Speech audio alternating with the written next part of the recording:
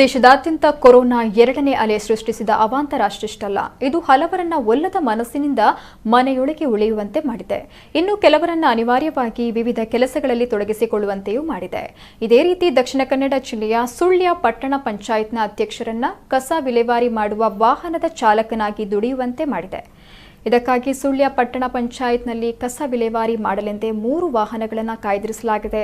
ಈ ವಾಹನಗಳು ಸುಳ್ಯ ನಗರ ತುಂಬೆಲ್ಲ ಸಂಚರಿಸಿ ಮನೆ, ಹೋಟೆಲ್ ಹಾಗೂ ಇತರ ಕಡೆಗಳಿಂದ ಕಸವನ್ನು ಸಂಗ್ರಹಿಸುವ ಕಾರ್ಯವನ್ನ ಮಾಡ್ತಾ ಇದೆ. ಈ ನಡುವೆ ಕಸ ವಿಲೇವಾರಿ ವಾಹನದಲ್ಲಿ ಚಾಲಕನಾಗಿ ಕಾರ್ಯನಿರ್ವಹಿಸ್ತಾ ಇದ್ದ ಸಿಬ್ಬಂದಿ ಮನೆಯಲ್ಲಿ ಕೊರೋನಾ ಪಾಸಿಟಿವ್ ಪ್ರಕರಣ ಪತ್ತೆಯಾದ ಹಿನ್ನೆಲೆಯಲ್ಲಿ 15 ದಿನಗಳ ಕಾಲ ಹೋಮ್ ಕ್ವಾರಂಟೈನ್ನಲ್ಲಿ ಇರುವಂತಾಗಿದೆ.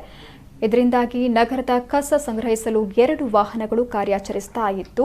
ಇನ್ನು ನಿಗದಿತ ಸಮಯಕ್ಕೆ ಕಸ ಸಂಗ್ರಹಿಸುವುದು 2 ವಾಹನ ಚಾಲಕರಿಗೆ ಕಷ್ಟ ಸಾಧ್ಯವಾದ್ದರಿಂದ 3ನೇ ವಾಹನದ ಚಾಲಕನಾಗಿ ಕರ್ತವ್ಯವನ್ನು ನಿರ್ವಹಿಸಬೇಕಾಗಿತ್ತು.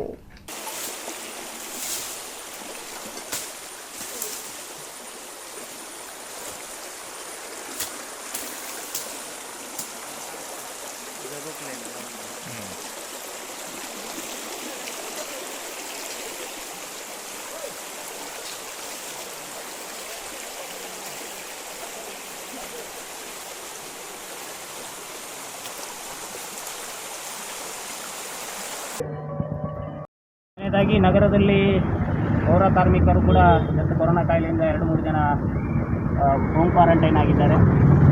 ಕಾರ್ಮಿಕರ ಕೊರತೆ ಇದೆ. ಅದರ ಜೊತೆಗೆ ಕಸವನ್ನು ಮೂಲದಲ್ಲಿ ಬೇರ್ಪಡಿಸಬೇಕನ್ನುವಂಥ ಸಿದ್ಧಾಂತ ಏನಿದೆ ಅದನ್ನು ಪರಿಣಾಮಕಾರಿಯಾಗಿ ಜಾರಿಗೆ ತರಲಿಕ್ಕೆ ಇವತ್ತು ನಾನು ಮತ್ತು ಸ್ವತಃ ಆರೋಗ್ಯ ನಿರೀಕ್ಷಕರು ಗಾಡಿಯಲ್ಲಿ ಹೋಗಿ ಮನೆಯಿಂದ ಕಸ ಸಂಗ್ರಹಣೆ ಸಂದರ್ಭದಲ್ಲಿ ಆ ಕಸವನ್ನು ಮೂಲದಲ್ಲಿ ಬೇರ್ಪಡಿಸುವಂಥದ್ದು ಮತ್ತು ಪ್ಲಾಸ್ಟಿಕ್ಕನ್ನು ನಿಗದಿತ ದಿನದಲ್ಲೇ ನೀಡಬೇಕು ಅನ್ನುವಂಥ ಮನವಿಯನ್ನು ಮಾಡಿ ಇವತ್ತು ಜಾಗೃತಿಯನ್ನು ಮೂಡಿಸುವ ಕೆಲಸವನ್ನು ಮಾಡಿದ್ದೇವೆ.